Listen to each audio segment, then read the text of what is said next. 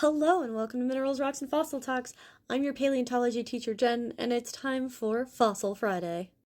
Typically, when an organism dies, is buried, and begins the fossilization process, it is being replaced by silica or calcite crystals. But every now and then, under very special circumstances, the organisms can be replaced by pyrite. So what are these special circumstances? Well, as we learned on Monday, in sedimentary rocks, pyrite occurs as a secondary mineral in diagenesis, which is the process of physical and chemical changes in sediments caused by water-rock interactions, microbial activity, and compaction after deposition. This is very important to remember. And this usually occurs in black shales or other rocks deposited in reducing environmental conditions or anoxic conditions. So just like with other forms of fossilization, the organism needs to be buried rapidly to protect it from scavenging and other forms of decomposition. There needs to be an absence of oxygen, as pyrite oxidizes fairly easy in the presence of moisture, creating sulfuric acid, which would destroy any chance of fossilization. Sulfide-reducing bacteria also play a key role in producing sulfides from organic matter, including pyrite. And then lastly, you need a significant amount of iron, which isn't terribly difficult because it is the fourth most abundant mineral element in the crust.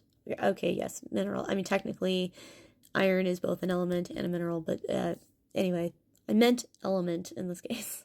The basic process is that there's the death of the organism. Decaying organic material produces sulfides.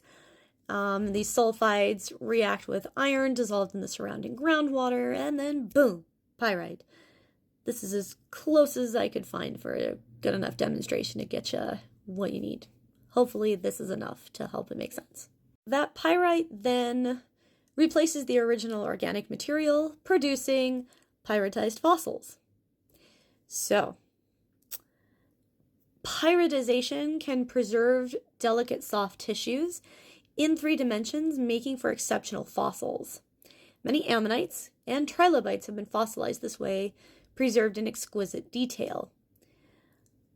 So, one of the best places for this is Beecher's trilobite beds in New York. This site is considered a Conservat Lagerstatt, or exceptional preservation, as we can see here with this trilobite. These fossils have preserved legs, antennae, and even internal organs. It's really super impressive. The trilobites are late Ordovician in age, and the beds themselves are only like 3 to 4 centimeters thick. This was not a big bed. It was discovered in 1982 by William S. Valiant, who is looking quite prim and proper and real special next to this mammoth. And I mean, honestly, you feel kind of cool standing next to a mammoth, so you can blame him. So the trilobite beds are a layer of fine-grained turbidite deposits lying on top of scoured mudstone with remnant burrows. So what this is telling us is that the ecosystem most likely inhabited very deep water and has been compared to the various deep water faunas off the coast of Southern California. Turbidites occur when parts of the continental shelf break and slide down into the deep ocean troughs below. So basically an underwater landslide. These trilobites could have died of shock from the suddenly cold water they were dumped into as they were, plunged into the depths of the basin.